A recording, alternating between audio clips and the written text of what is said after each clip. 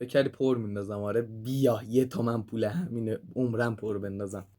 این پرش. خب ناکن قشنگ پر شده. میخوایم امروز جعبه گوشاییش کنیم. البته خب جعبه گوشایی نمیشه، ولی خب یه لحظه بسازم جعبه گوشایی. خب حالا میتونیم جعبه گوشاییش کنیم. قشنگ پلاستیک دورش هم اومد یهویی الکی. این اصلا تلفنی دورش میشینن.